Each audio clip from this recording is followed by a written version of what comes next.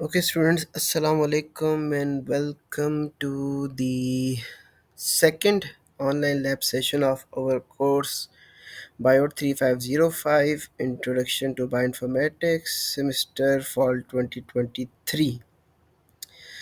And हम कल की लैब में पढ़ रहे थे अबाउट अनदर डेटाबेस. ठीक है, एक हमने पढ़ा NCBI के डिफरेंट डेटाबेसेस जिसमें था जीन, जीनोम, प्रोटीन, न्यूक्लियोटाइड.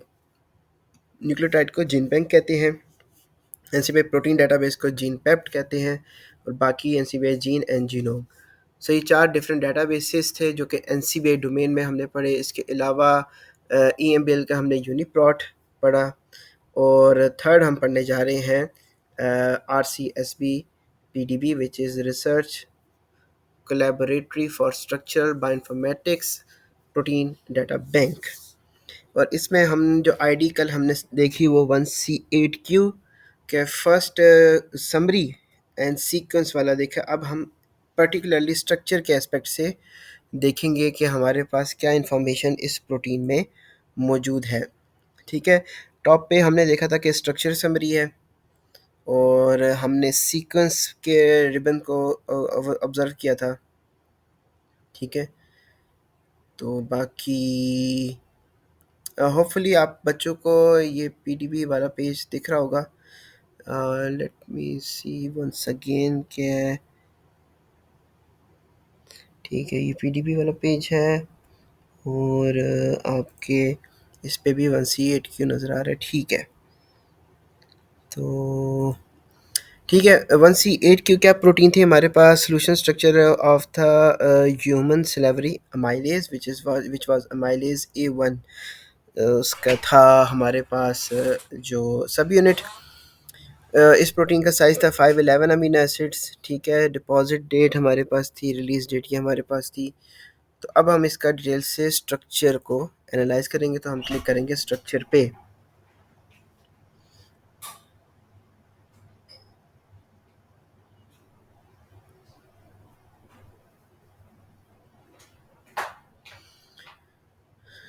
क्योंकि ये आपके पास protein within the cell एक एक एटम फिल्ड स्ट्रक्चर में एग्जिस्ट करती है, लेकिन उस रिप्रेजेंटेशन से हमें एग्जैक्टली कुछ आइडिया एग्जैक्ट नहीं होता कि प्रोटीन का ओवरऑल स्ट्रक्चर क्या है या उसकी बैकबोन क्या है. तो मोस्टली जो आप देखेंगे प्रोटीन के कंप्यूटेशनली प्रेडिक्टेड स्ट्रक्चर्स वो आपको इस रिप्रेजेंटेशन में दिखते हैं. इसको हम रिबन स्ट्रक्चर भी कहते हैं, कार्टून स्ट्रक्चर भी कहते हैं. ठीक है, जैसे यहाँ पे आप देख सकते हैं पॉलीमर किस स्टेप में है, कार्टून रिप्रेजेंटेशन है. तो यहाँ पे आप देखें कि ओवरऑल जो आपके पास बैकबोन है प्रोटीन की बैकबोन हम किसको कहते हैं. जो मेन अमीनो एसिड है वो लिंक्ड होता है कार्बन अल्फ़ा जो उसका है, उसका एक बॉन्ड बनता है with R group, second bond बनता है with the amino group, third bond बनता है विद दी कार्बोक्सिलिक ग्रुप और फोर्थ उसका एक साथ हाइड्रोजन अटैच होता है. तो ये आपके पास जिस कार्बन अमीनो एसिड में जिस कार्बन के साथ ये चारों ग्रुप अटैच होते हैं उसको हम अल्फ़ा कार्बन कहते हैं.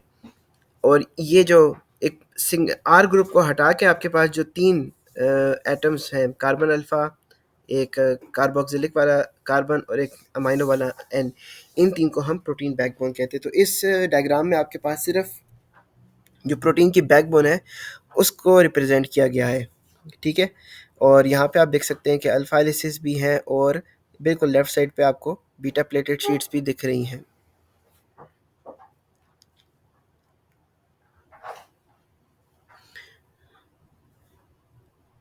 फिर ये कि आप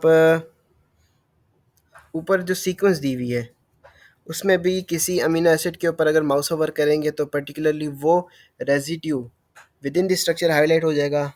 और अगर आप चाहें तो इधर मौजूद रेजिड्यूज़ पे आप जाएंगे तो ऊपर मौजूद जो रेजिड्यू है वो भी हाईलाइट हो जाएगा. वाइस वर्सा दोनों तरीके से आप इस चीज़ को मेजर कर सकते हैं. ठीक है, अच्छा ये जो हमारे पास रिप्रेजेंटेशन है कार्टून, अगर मैं इसको चेंज करना चाहूँ तो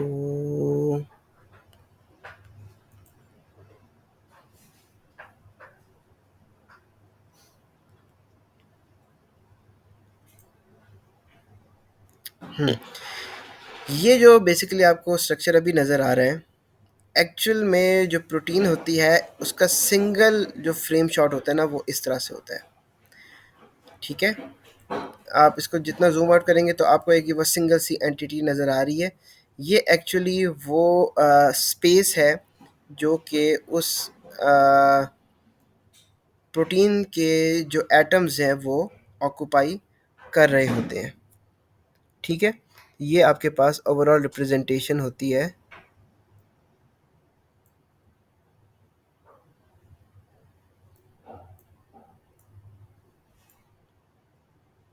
उस प्रोटीन की। रिप्रेजेंटेशन कौन सी है? गॉसियन सरफेस की।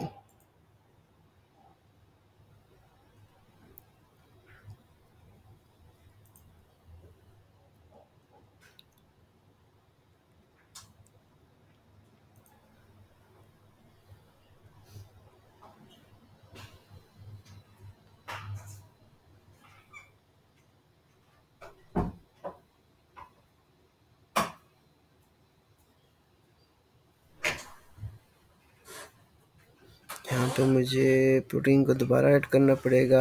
इसको मैं कर देता हूँ प्रीसेट।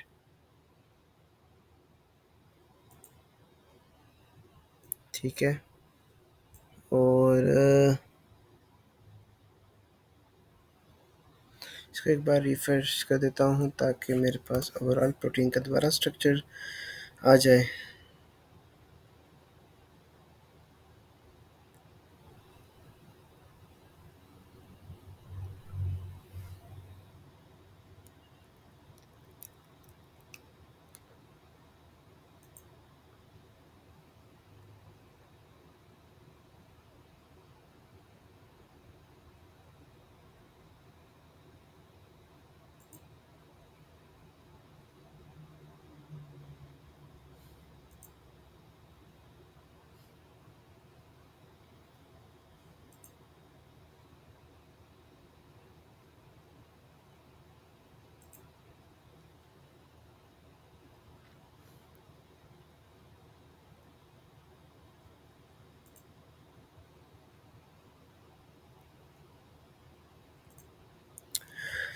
अच्छा, this is the ball and stick representation of a protein structure.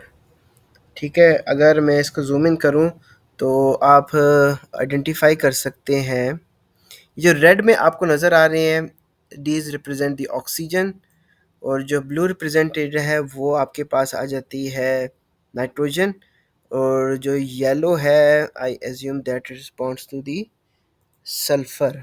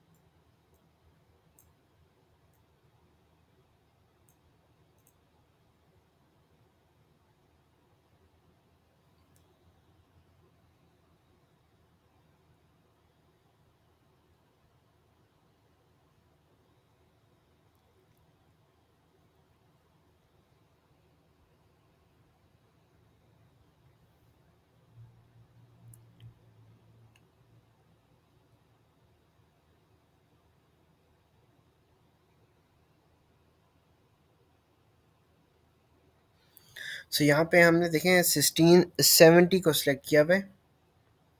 ठीक है, और ये सिस्टीन का जो सल्फर है वो बॉन्ड बना रहा है इधर, दैट इज़ ऑल्सो सिस्टीन 115। ठीक है, सो ये सिस्टीन 115 और ये सिस्टीन 70 अमीनो एसिड आपस में, ये जो येलो कलर की रिप्रेजेंटेशन है, ये डाइसल्फाइड लिंकेज बना रहे हैं। ठीक है। और इस डाइमर को हम क्या कहते हैं, सिस्टाइन कहते हैं। बाकी आपके पास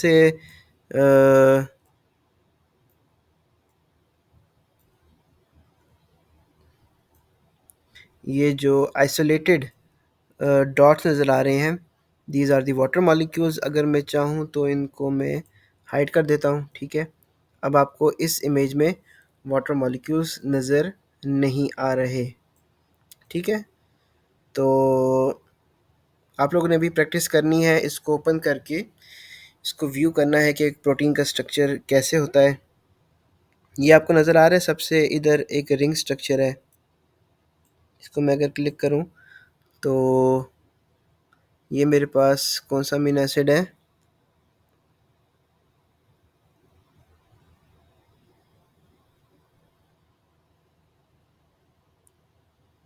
टायरोसिन 118, ठीक है।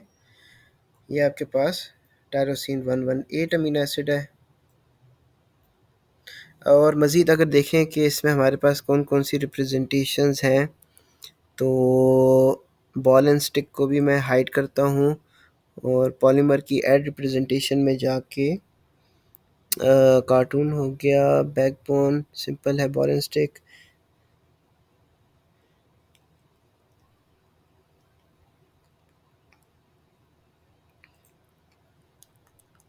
Space fill. ये आपके पास वो रिप्रेजेंटेशन है कि मॉलिक्यूल वाइज आपको यहाँ से एक क्लैरिटी मिल रही है कि the blue ones are the nitrogens, the red one are the oxygen, yellow ones are the sulphur, और बाकी जो ग्रीन है वो आपके पास कार्बन मॉलिक्यूल्स हैं।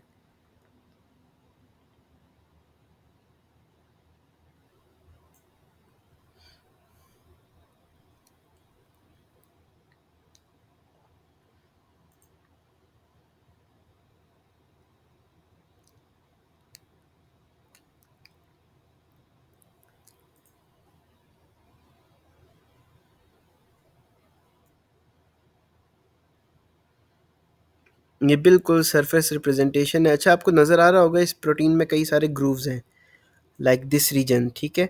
ये जो रीजन्स होते हैं ना, these are actually most possible binding sites of any proteins, ठीक है। तो यहाँ से आपने एस्टिमेट लगा लीजिए कि प्रोटीन का ओवरऑल स्ट्रक्चर को हम कैसे विजुलाइज करते हैं। इसकी रिप्रेजेंटेशन को भी मैं ऑफ करता हूँ और जस्ट कार्टून को मैं ऑन कर देता हूँ। वाटर मॉलिक्यूल्स हैं, आयन है,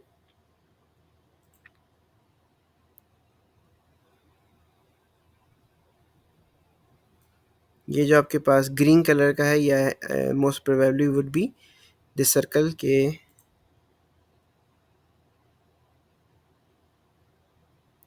ये कैल्शियम आयन जो था ना, इसका पार्ट था हमारे पास एज अ को फैक्टर। ये वो चीज़ है। और वो कैल्शियम आयन देखें डिफरेंट अतराफ में मौजूद जो भी ऑक्सीजन मॉलिक्यूल्स हैं, यहाँ पे उन पे नेगेटिव चार्ज है, उनके साथ एक आयोनिक इंटरेक्शन बना रहे हैं।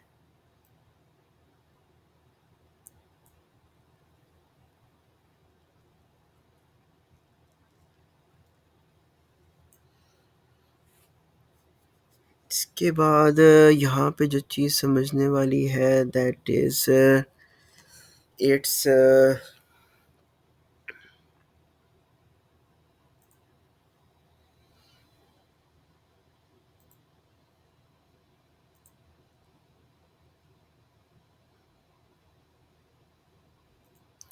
ये आ जाता है इसका पीडीबी फॉर्मेट, ठीक है। जब हम बात करते हैं एक ये जो रिप्रेजेंटेशन थी, ठीक है, इसके बैकग्राउंड में जो भी इंफॉर्मेशन है वो आपके पास again plain text file format में मौजूद है। तो ये actually file in text file होती है जिसको हम ओपन करते हैं in different protein structural visualization software, और वहाँ पे हम इस चीज़ को रिप्रेजेंट करवा सकते हैं। जैसे हमने जिन बैंक फॉर्मेट में देखा मेटा डाटा हमारे पास मौजूद होता है, वैसे ही हम इसमें भी देखते हैं कि क्या क्या इन्फॉर्मेशन हमारे पास मौजूद है। डिफरेंट एट्रीब्यूट्स वेरिएबल्स यहाँ पे हैं और उनके आगे उसका कॉरिस्पॉन्डिंग इंफॉर्मेशन मौजूद है। टाइटल इसका, ठीक है,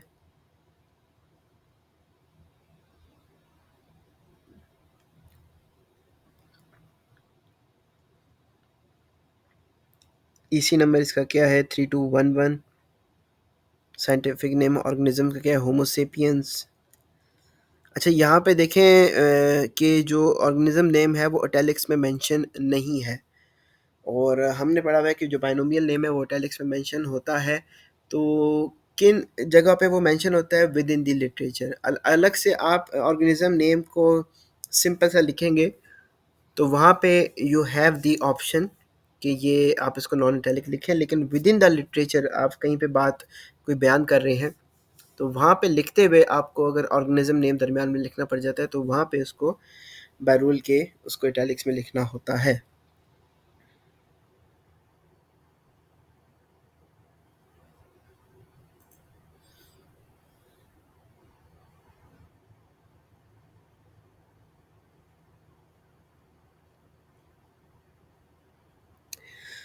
हाँ, आज हमारे पास 26 स्टूडेंट्स अभी तक आए हैं। लेट्स होप कि मज़ीद स्टूडेंट्स आ सकें। आई डोंट नो बाकी बच्चे क्यों नहीं आ रहे। क्या कहते हैं बच्चे, लाइट चली गई है और डेटा नहीं चल रहा, no worries. Sir voice clear नहीं है, लास्ट टाइम की तरह शेयर कर दीजिएगा। ठीक है, रिकॉर्डिंग शेयर कर देंगे। यस, ये ठीक रहेगा। अच्छा, कुछ बच्चों को तो वॉइस क्लियर होती है। चलें, रिकॉर्डिंग जारी है, वो भी आपको इंशाल्लाह शेयर हो जाएगी। बट एक क्लास की अपनी जैसे एक होती है ना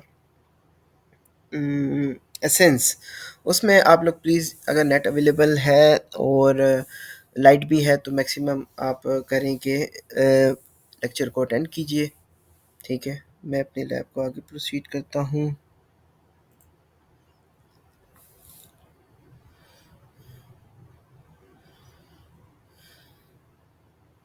एक्सपेरिमेंटल डाटा कौन सा, एक्सरे डिफ्रैक्शन का है। ऑथर नेम, ये वही तमाम इंफॉर्मेशन जो आपके मेन पीडीबी पेज पे थी, ये यहाँ पे मेंशन है। ठीक है, अब हम आपको बताएंगे कि वो क्या ऐसे इस फाइल में इंफॉर्मेशन है जो हमें एक थ्री डायमेंशनल स्पेस में उस तरह की प्रोटीन नज़र आ रही होती है।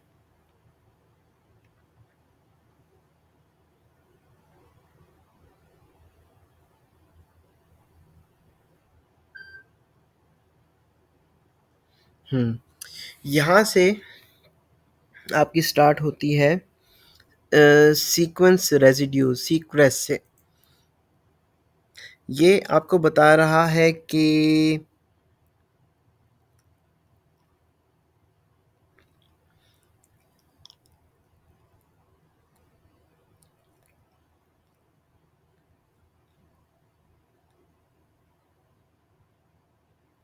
आपके जो 111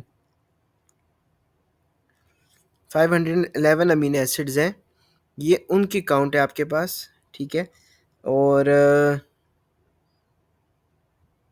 tyrosine, serine, serine, asparagine, threonine, glycine, इस तरह से आपके पास ये तमाम सीक्वेंस मौजूद है। देन हम आपके पास हिट एटम कौन कौन से हैं, कैल्शियम आयन है और क्लोराइड आयन है, ये उनकी डिटेल्स आ गई। आपकी प्रोटीन में जो हेलिक्स हैं वो कहाँ से कहाँ तक हैं, आर्जिनिन 20 से टायरोसिन 31 तक। और ये जो साथ में ए लिखा हुआ है ये ए चेन है, चूँकि आपके प्रोटीन में एक ही चेन है तो इसलिए इसको हम उस तरह से कंसीडर करते हैं।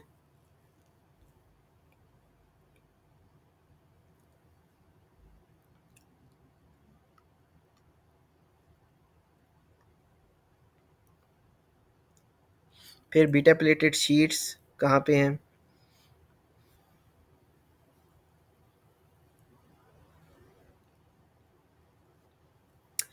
अब most important is the atom. ठीक है, सो एटम में आपके पास क्या चीज़ है, जो फर्स्ट रेजिड्यू तो यहाँ पे उन्होंने लिखा हुआ है कैल्शियम, ठीक है। सेकंड जो आपका रेजिड्यू है अबाउ ऑफ द प्रोटीन, वो है टायरोसिन ऑफ ए चेन। उसका जो first atom that is the nitrogen, उसके ये आपके पास तीन आ जाते हैं एक्स वाई जी कोऑर्डिनेट्स। एक्स एक्सिस पे 13 डिग्री पे मौजूद है, वाई पे 59, जेड पे 2.7। तो ये आपको लोकेट करते हैं, ये हर एटम की ये तीनों वैल्यूज़ इन कॉम्बिनेशन डिफरेंट होंगी, ठीक है। इसी तरीके से उसी टायरोसिन का जो कार्बन अल्फ़ा है वो किधर है, फिर नॉर्मल कार्बन, फिर ऑक्सीजन, फिर कार्बन बीटा, कार्बन गामा, ठीक है। और कार्बन डेल्टा जो कि एग्जिस्ट करता है आपके आर ग्रुप से, वो 1 2 3 किधर है। ये तमाम सारे एटम्स किस टायरोसिन के हैं, जो कि आपके पास सेकंड रेजिड्यू है इस प्रोटीन का। टायरोसिन के कंप्लीट अमीनो एसिड के एटम्स के बाद सीरीन आता है, फिर सीरीन आता है, फिर एस्पेराजीन। इस तरीके से हर एटम, हर अमीनो एसिड के हर एटम के यहाँ पे एक्स वाई जी कार्टेशियन प्लेन के कोऑर्डिनेट्स हैं। ये एक्चुअली मोस्ट इंपॉर्टेंट चीज़ है जो आपको लोकेट करवाती है कि आपकी प्रोटीन के तमाम एटम्स किस जगह पे मौजूद हैं, and that actually defines drawers the structure of the protein.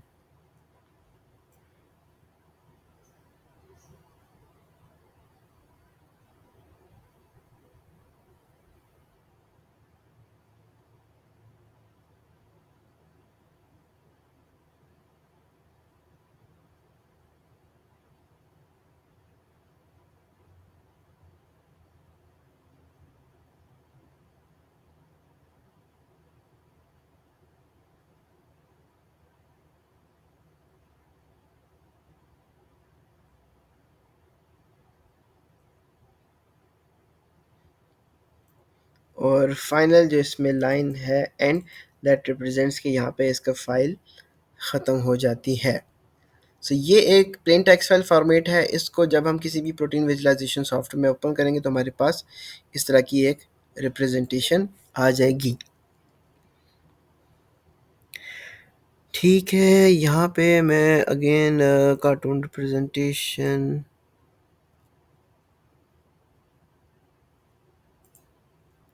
Polymer को ओपन किया है।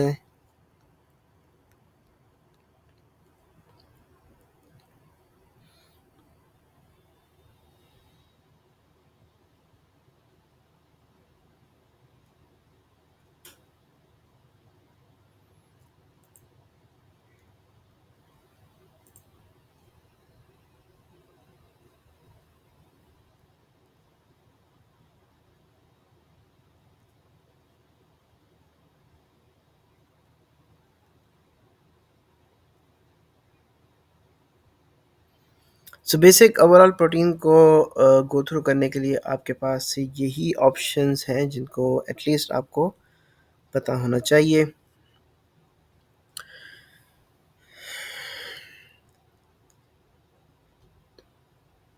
इसमें से अगर कोई क्वेश्चन है तो पूछ सकते हैं। अब मेरा इरादा है कि 15 मिनट्स की ब्रेक देके मैं आप लोगों को असाइनमेंट की चीज़ समझा दूं, और फिर अगर टाइम बचा तो फिर रिव्यू वाली जो लैब है, बच्चे जो लेना चाह रहे थे वो इसको प्रोसीड कर लीजिएगा। स्टूडेंट्स मेरे पास कितने अवेलेबल हैं,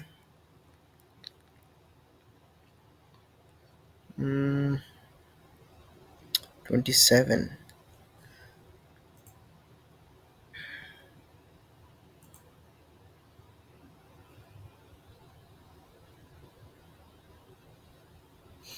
ठीक है बच्चों, आप लोग जब मैं आपको लिंक शेयर करूँगा ना, तो वीडियो लिंक को आप जिन बच्चों ने क्लास वैसे अटेंड नहीं की डायरेक्टली, और वीडियो लिंक को करके अटेंड किया, तो वो उस पर रिस्पॉन्ड कर दीजिएगा।